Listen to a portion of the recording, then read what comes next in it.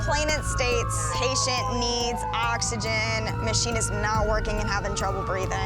But I don't know, we'll see. We'll get there and see if it's like a machine or it's an actual O2 tank, because some people just can't figure out how to get it working.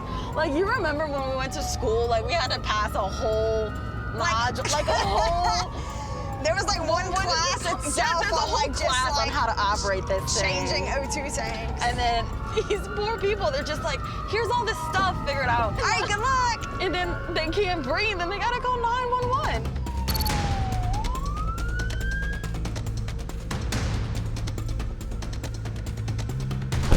Hey, what's up, my man? You feel better? Yeah. Yeah, all right. So what are you on oxygen for? Do you have anything like COPD, emphysema?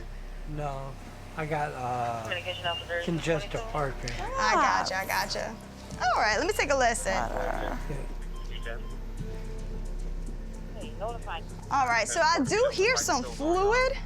Do you have fluid all the time in your lungs? I've been That's what they tell you? How long ago has it been since they drained it? 3 weeks, a month. So what started tonight? You were having issues with your oxygen machine? Yeah, it hasn't been working that well. Let us make sure. Take a look, because he had bumped up to 97, now he's at 91. No, that oxygen's going, my babe. How you feeling? I was dizzy. Okay. Yeah. Well, how about this? Do you want to go to the hospital tonight? I'd rather not. Yeah, I mean, I understand that, but I definitely can hear fluid in like the lower bases of your lungs. Okay. All right, there's risk to refusing, like sudden cardiac arrest, paralysis, all that stuff, okay? Having problems breathing. Mr. Well then, Richard. why don't you Let's just take let a us? ride. Yeah, why don't you just let us bring you to the hospital? Right now, top one for refusal. My nose. No. I don't feel comfortable just leaving you here and then you relying on a non-rebreather to help you breathe. 1, 2, 3. Mr. And Richard, I know your blood sugar is 264. So your blood sugar's pretty high too. This is pretty good. Oh, Mr. Richard, you killing me. I'm having trouble. Yeah, exactly. Could be that you really do have something going on because your pulse ox is going up and down. I do hear something that I don't like in your lungs. I mean, I definitely suggest that you go to the hospital. I don't want to go. Okay. I'm gonna get a couple signatures from you saying we came out here, we checked you out, and I advised you that you should probably go to the hospital, but you don't want to go. That is your decision. I can't force you to go. But stating we came out here, we checked you out, and you're just not going with us. Right there in that white box. Let me move all this out your way. As much as we can say, like, these are the risks, this might happen after we leave, if they understand those risks, then they can make that decision to not go to the hospital. It's frustrating. It's very frustrating, but they're their own person. I can literally hear the fluid, like, in his lungs. Ready? Can't help everybody. Can't make them all go. We got a crew that's on scene of either someone that fell off a bicycle or a bicyclist struck by a vehicle. It's some kind of confrontation going on. So we're gonna head that way in case they need an extra hand. Carrollton and Virgin, 6220, you copy that, right? No, they got a 1055? Yes, they have a combative patient. Carry that way. All right, move everybody over to a different channel and let NOPD know we got a 1055. All right, the crew just kicked in a 1055. That means that they need help. And this guy is super combative or person. We're right up the street from them. We're not too far, so we got everybody going.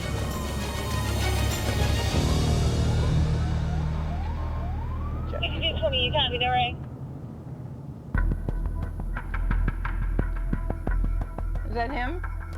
You see the pedal bike go down the street? Him?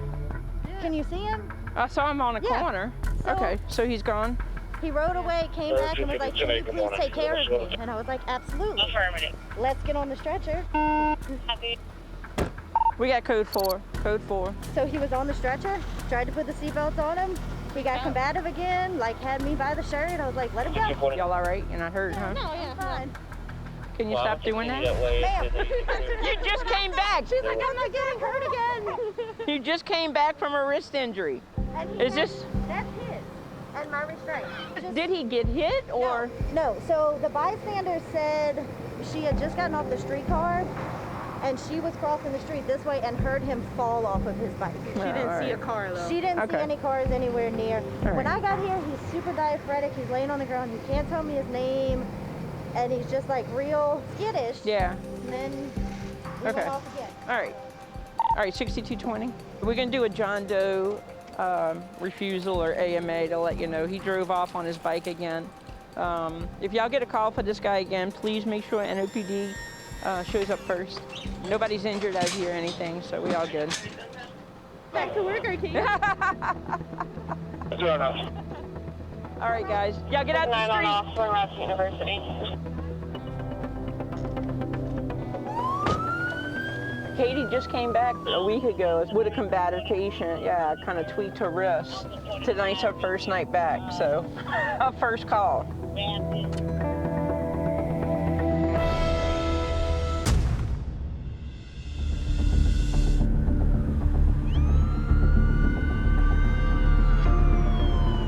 I am headed to Washington and Broad for someone that is shot at the location.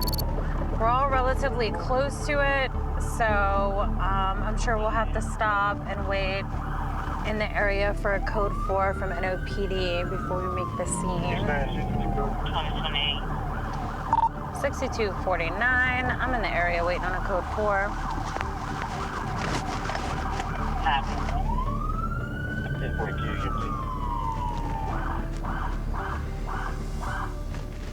So there's nobody out here.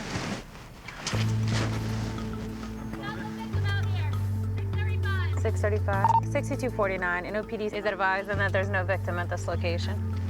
Obviously, you've been canceled by NOPD 635. Yeah, that's what it looks like. I mean, I'll swoop around and make sure nobody's at that gas station over there, but... What is this right here? Y'all all right? Just changing the tire? Having a bad reaction. So y'all just changing the tire? Y'all all right? Yeah, we're okay. We heard the shots go off and 2 cars screeched this way, but we're okay. Oh, so you did see him leave? I saw him leave. One Gotcha. like a gray minivan, and the other one, it happened so fast, I wasn't really sure, but Yeah. pretty sure both of those cars screeched out of the gas station and were going this way, high rate of speed. Gotcha. So- All right, thank you, appreciate you. All righty, y'all be careful. You see how calm people in the set, like it's so crazy to me like that this is our reality, like this is our real life. Is you could just be like on the side of the road changing your tire and then pop. You know, and you got your kid. I love this city, but my God, it's wild.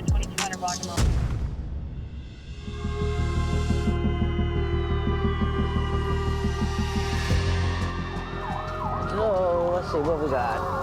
59-year-old male. He fell less than an hour ago. Fall was accidental. No special concerns have been reported.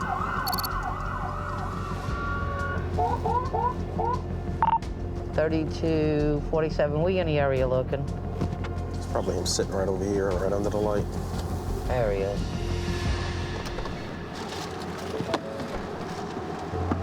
What's going on? I just hit my head. I'm kind of dizzy. Okay. Have you been drinking tonight? Yes, sir. How much? 2 beers. Just that's it? 2 beers? Yes. Where you hit your head at? In the back? Right here. Did you get knocked out? I fell off. I was like black out for a minute. That's why I got to call y'all. Okay. You got any medical problems, baby? I got a bullet in my back. You got a bullet in your back? Well, that's not good. I know. I'm most concerned about what actually made him fall, and then second about his overall well-being. Now listen, I need you to put your mask up on you, okay? And look, we're gonna put this collar around your neck just because you fell and you hit the back of your head, okay? We just don't want to take any chances, sweetheart. All right, we're gonna get up in here and then we're gonna sit on that stretch, okay? Be careful of your steps, sweetie. So the only thing that's hurting you is the back of your head right now? Yeah. All right. I ain't got nothing wrong with it. Well, it's not bleeding, so you didn't cut it. But we're gonna take you to the hospital, let you get checked out, and make sure everything's good with you, all right? Do you drink on a daily basis? Yeah, very good. Okay, so you have you're an alcoholic? No, I ain't alcoholic. You just drink every day? Okay, all right. Let me see if you're in my system here. Yeah. Where do you live now? I'm living on the street now. So you're homeless right now? Yes, ma'am. Okay, well, nothing wrong with that. I'm trying to find a place, but I can't find nothing. Big stick in your arm, my man. Hold still for me. All right. So we started that little IV on you. The reason we started that IV, because they most probably going to take a picture of your head. All right, babe. All righty. Hope it ain't nothing bad. Oh, I don't think it's going to be anything bad. Where you was drinking at tonight? I was walking around. You stopped up at the little store up there and got you some beer? Yeah. I hear you. Where you want to put that, in your front pocket? Now look, we can't be having this in the hospital. We got to get rid of that. Water. That ain't no water, no. But that's some dry gin there. And I felt dizzy. Well, that dizziness might be some of that alcohol, you know. I hope not. Where you been staying at while you're homeless? By the shelter. Oh, by the shelter? That's why I'm trying to find me a house. I can't find a house nowhere. What I'm gonna do is I'm gonna tag a lady that could possibly help you find somewhere to live, okay? Okay. So the lady's name is Miss Robin, okay? She works with us, and maybe she can help you find a place to live and get you off the street, all right? I appreciate that. He was reaching out. You know, not everybody that lives on the street wants to stay on the street. There are some people who, that's where they want to be.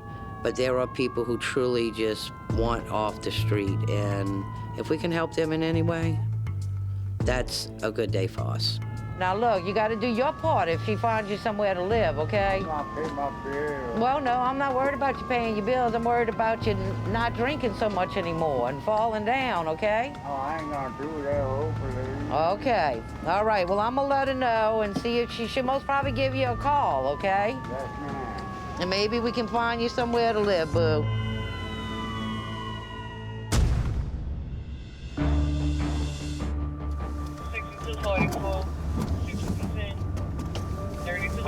CPR is in progress.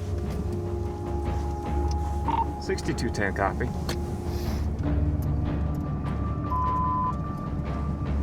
Units responding. Patient is COVID positive. Oh, lovely. 3810. All right, I'm responding to a cardiac arrest. It's an unknown age male. From what we know, the person is COVID positive. So we don't know whether or not this is a cardiac arrest or a respiratory related because of COVID. Known COVID, I want to make sure that I'm safe. I want to make sure that I'm wearing my proper PPE, my glasses, any eye protection, and at least an N95, if not a respirator, just to protect myself.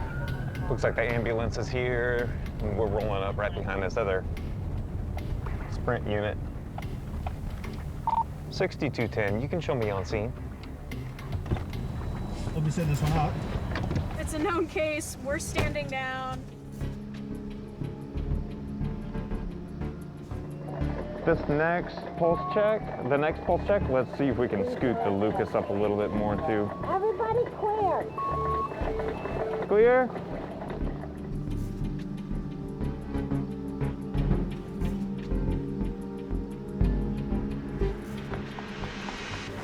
Brad's gonna do his thing, wiping down, changing masks, and doing all that after he has contact with this person.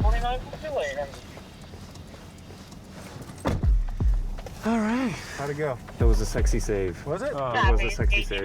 But we're going to another one, so. Another cardiac? Yep. Oh, really? Yep. Here we go.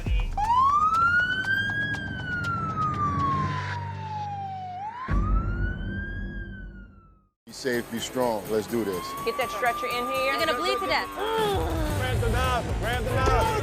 You know, they're not dead.